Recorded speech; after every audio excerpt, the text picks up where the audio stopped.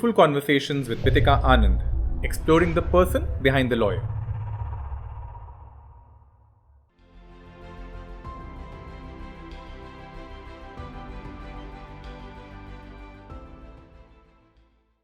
Welcome to Soulful Conversations with Bithika Anand, a first of its kind initiative that is personally close to me and something that has been on my wish list for a very long time. When I started discussing this with my colleagues in the legal industry, I got a very good response, and it actually gave me the confidence to go ahead with this. Now, Soulful Conversations, what will it do? It'll help the viewers understand the person behind the lawyer. All of you will meet the who's who of legal world, with the only twist that we won't be discussing anything legal with them today. Then what are we going to talk about? We will talk about what strengthens their core as a person. We will look beyond their professional achievements, their accolades, awards, wins, or any other conventional measure of success. And we would aim to understand the values and the beliefs that make them true achievers, digging deeper into their persona and exploring their self. I will also encourage my guests today, Mr. Lakshmikumaran, to introspect, look within, and speak their inner voice. I'm super excited, to get onto this unique journey of knowing more about these stalwarts, and I'm sure all of you are as excited as I am. I'm also pleased to inform all of you that Bar and Bench, a renowned online platform, has happily come on board as the media partners to the initiative and will be the official telecast partners of Soulful Conversations with Bithika Anand. And on this soulful note, I'm pleased to welcome Mr. Lakshmikumaran, who is the managing partner of Lakshmikumaran and Sridharan. Hello, sir. How are you today? Thank you very much. Yes, I'm fine. Okay, so I'm just going to briefly, he needs no introduction at all, and we are absolutely privileged to have him on this show, on this Soulful Conversations. And but still, a bit about him is that he is the managing partner of course, Lakshmikumaran and Sridharan, a law firm renowned for litigation and advisory services through its 14 offices in India and more than 400 attorneys. The firm was founded by him in 1985. And for more than 36 years, Mr. Lakshmikumaran has been a leading litigating lawyer in India. He specializes in direct and indirect taxes, including GST, customs, central excise, service tax, value-added tax, and income tax. He is an expert in handling cross-border transaction, valuation of goods in transactions between affiliates, transfer pricing, international taxation, and international trade laws covering WTO law, trade remedies such as anti-dumping, countervailing duties, and safeguards, and foreign trade policy. Now, I want to know, not only from him, but from everybody, who does all this in India, other than him. He also has a rich experience in commercial litigation, arbitration, intellectual property law, competition law, and corporate law, including food safety law and environmental law. His deep understanding of technological issues that impact taxation, as well as his expertise in classification of goods under HSN, are highly recognized. He represents clients before various adjudicating authorities, tribunals, high courts, and the Supreme Court of India. And he has also represented clients in other jurisdictions like European Union, USA, Australia, Canada, etc. in trade remedy cases. He delivers lectures in industry bodies, international institutions, and universities. He holds a master's degree in mathematics and a bachelor's degree in law. Before entering legal practice in 1985, he was a tax administrator with Government of India. Sir, we're going to have, like I said, we're now going to discuss your professional accolades, and I'm sure, you are out there, you have achieved a lot in your life. But today we want to, know more about the journey of your life, which has been a long journey. If you can share some experiences from this journey, whether professional, personal, which has actually, maybe was a turning point, not a turning point. Maybe there were some challenges, some good times, something from your, which can inspire all of us. Thank you, Bithika. I will not talk about the profession, as you rightly said.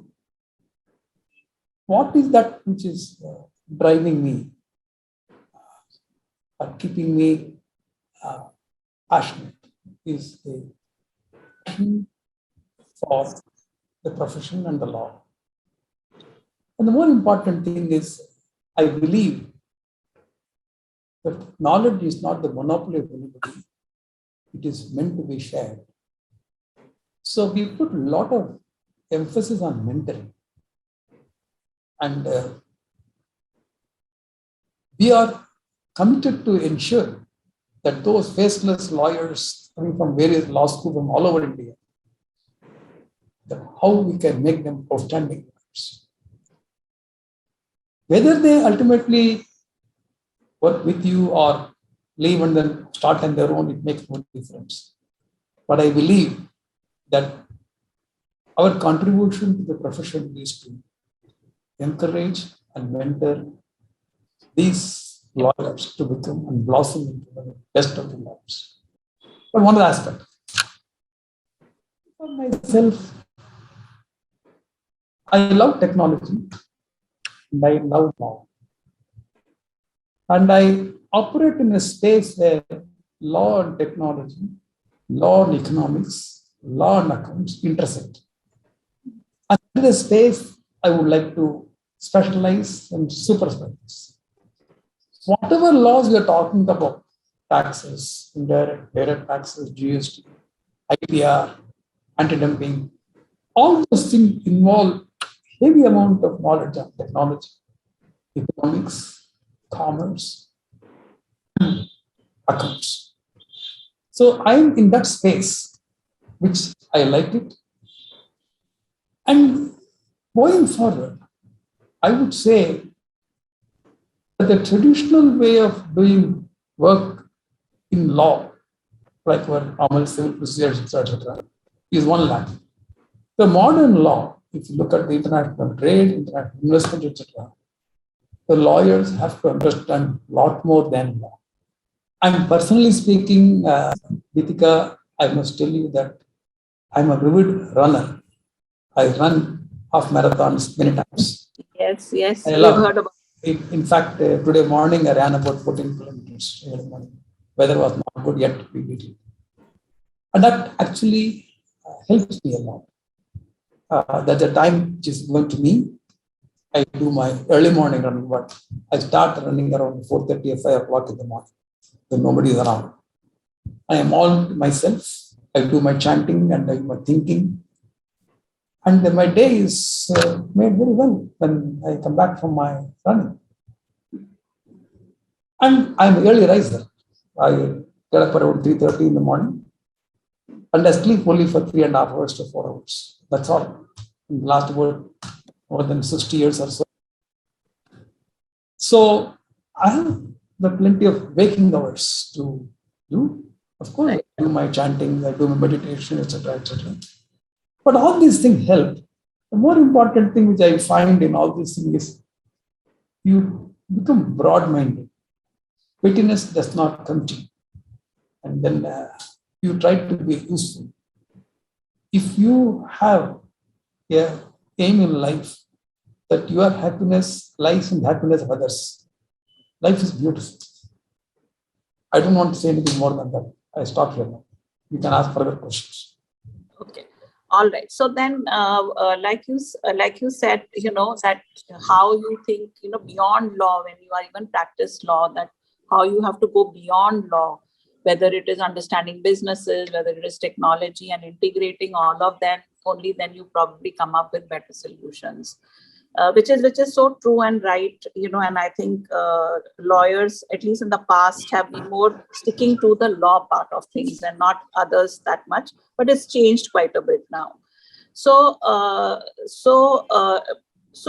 have you used these particular, how has your firm benefited with this, and how do you apply this in your firm? How the firm benefits? Because we are creating a new set of lawyers who have integrated approach to this way of doing lawyering. And it is refreshingly new. And suddenly, if a lawyer has to talk about the technology, laser technology, or communication technology, etc., with the effortless ease, the client and the judges, they really like it. They have a duty to perform in the court. Therefore, we need to, because all these laws which are now dealing with require high amount of knowledge and technology. And that's exactly what we are doing. And in our office library, you will find that the technical books cost is much more than the law books. Okay, interesting. Okay, so what motivates the most? What motivates you the most in your life?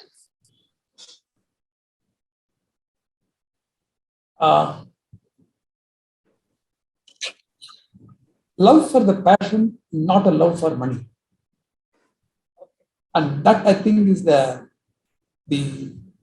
way in which I like it, because I love people, I love my profession. Fortunately, I'm not falling in love with money. And money comes incidentally. But I think the value systems which we create and the integrity, the high ethical standards, no compromise on this, these are the things which are guiding principles as far as our office is concerned. So passion more than money. You're not passionate about money, but otherwise passionate about other things is how I would put it.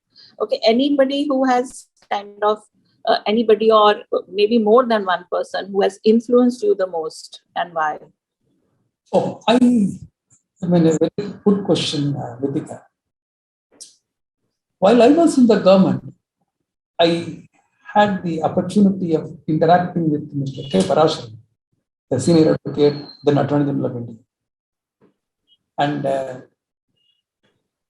I was observing him when I was briefing him, how he prepares the matters of the things. He was, in fact, or he is, in fact, my role model. And the President Attorney General, Mr. KKV, Mr. Soli Swarabji, and Fel Nariman, these are the people with whom I work very closely. And I have seen their way of working, the clarity of thought, purity of mind. These are the people who I keep them as icons, and I try to emulate. Okay, that's nice. I think Mr. Nariman, he has come in. A lot of lawyers have mentioned him during these conversations.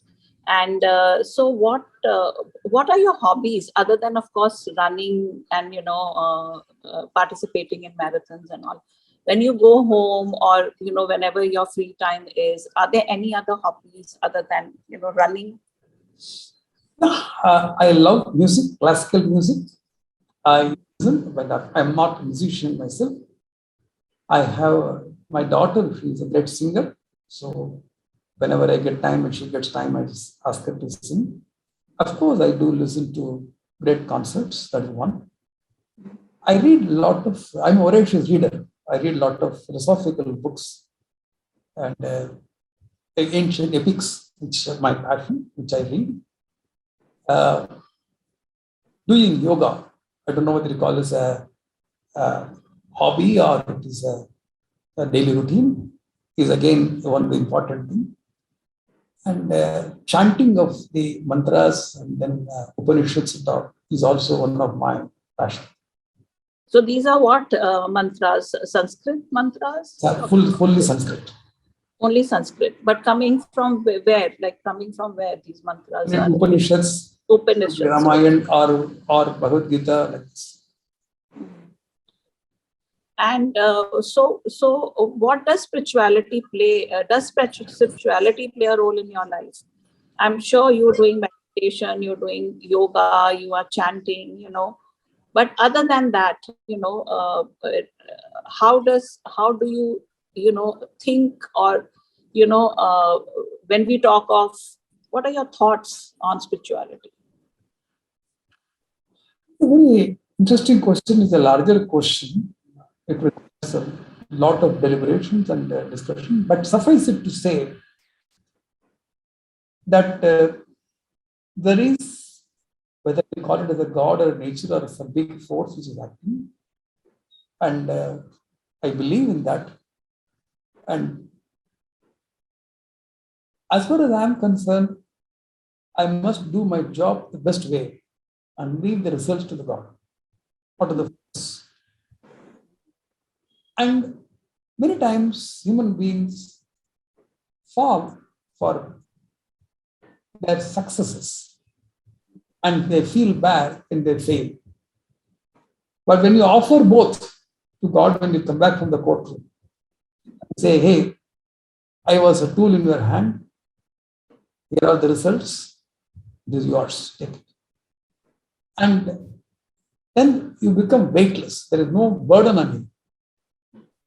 Then immediately look for the next matter or the next day with a fresh mind. That's what I think spirituality does to me in a very mundane level.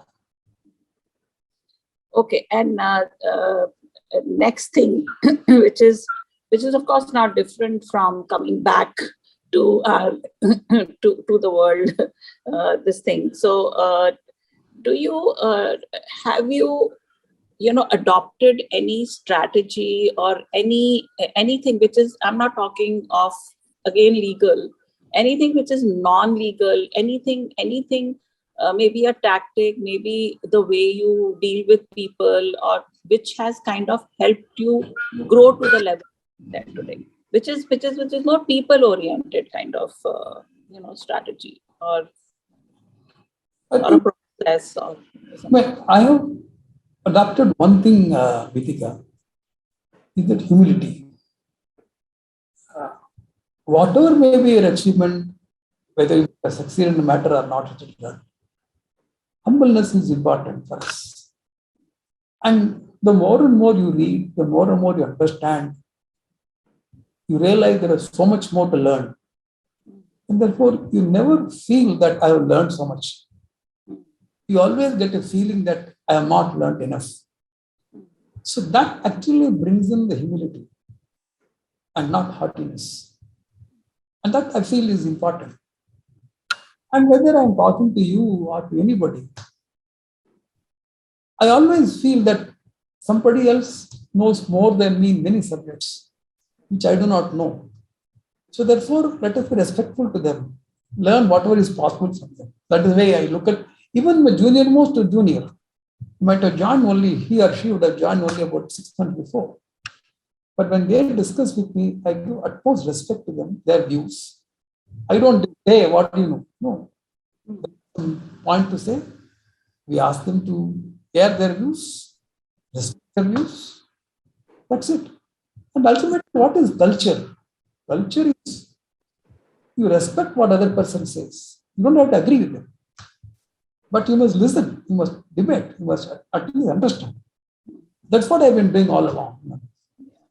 And I think you have also started a lot of courses, and you do a lot of training sessions and everything. So, and I find also when I've been to your firm also that there is a lot of importance given to knowledge sharing, learning and training, which is done in a very, very systematic manner in your firm, where you do these, classes for even, maybe not even for your own lawyers, maybe obviously you do for your lawyers, but even for the others, you organize these, various sessions and which are done pretty regularly. and also a lot of material. There's a lot of material you generate for distribution also. So a lot of importance to knowledge sharing and I think learning. So a bit for these young lawyers, the lawyers who are in this generation, do you have anything to say to them, or you have any observations about them, how they work, because they're completely a different generation from probably what the lawyers were 10 to 15 or 20 years back? Bithika, one thing you must acknowledge, however experienced, however knowledgeable a person be, the collective wisdom of a group of lawyers together thinking is much bigger than individual knowledge. When you're talking about the training, today, as we are talking today, we had a session at 10 o'clock in the morning till 1, non-stop, on the free trade agreements. We are just studying the Australian-India agreement. Incidentally, Bithika, I must tell you that the government of India has requested me to assist the negotiators in negotiating the free trade agreements with the UK, European Union, Canada, and Australia. So which I am doing pro bono for the government. But I understand a lot of dynamics in that. So training of people, learning along with them, discussing the issues, looking at the act or the rules from all perspectives is one of our important features. In fact, in every office we have, whether we have cabin for the partners or not, first we establish the training place. The location where the training should be taking place is the most important for us than the location of the cabin for the partners or the associates. Because we give a lot of importance to ongoing, whether it is senior most partner or junior most person, it makes no difference. All of them will join and then participate in those and then contribute. That's important. And I think it's the participation of the founder or the senior leadership, which actually I've seen these kind of things are only successful in those firms where they themselves take the initiative and are there, present there. Otherwise, it fizzles out after some time. Yeah, you're right. Yeah. You see, one thing you must realize, the mast or the sail of a ship thinks that it is moving the ship. Not true. The unseen wind, which is moving the ship. So anybody in the office, if he is arguing or she is arguing a matter or doing matter, etc., she is not alone. The office is backing up. The collective wisdom of the office is delivered to the client and the court in a very regulated capsule manner. And that exactly is what is required. Correct. Absolutely correct. Okay, now on a little bit of a non-serious conversation is that do you have any comical anecdote or something hilarious to share with us, which you still remember and smile and or you say, my God, that was so funny, anything like that? My life itself is comical, so I do not know which portion you should talk about. Yeah, I think the other day, I can combine it with the hearing which happened in the Delhi High Court. And the learned judge was narrating an anecdote where when he was a junior, he was handling a matter where other side was arguing a matter. Judges were with him, and then still that learned senior was arguing. So the judges were saying, sir, we are with you. Enough. And you still continue. So then somebody whispered to him, sir, the senior has forgotten his hearing aid. Then came the observer, that is fine. But then the judge said, we wish we can also forget our hearing aid at home. That is even more better. Actually, I think there are a lot of, these comical anecdotes which happen in court of law, like whether it is, High Court, Supreme Court. A lot of people say a lot of hilarious anecdotes do happen, in these places. Anyway, so sir, thanks a lot on this happy note. We will hope to, have another conversation with you soon. And thanks a lot for being with us today. Thank you very much, Bithika. Always pleasure to talk to you. Okay, sir. Okay. Thank you.